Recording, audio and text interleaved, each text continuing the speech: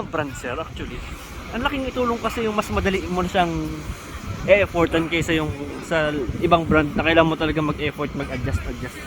Mas okay na yung mabilis mo na siyang makukuha. Naiba nga niya yung kulay niya pag nag-zoom. Umiiba sir na. Oo.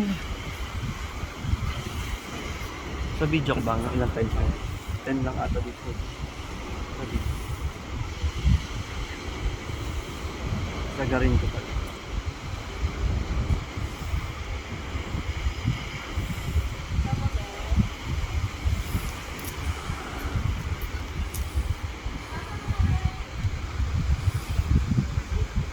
Kung ko lang ginamit ng 8K video eh.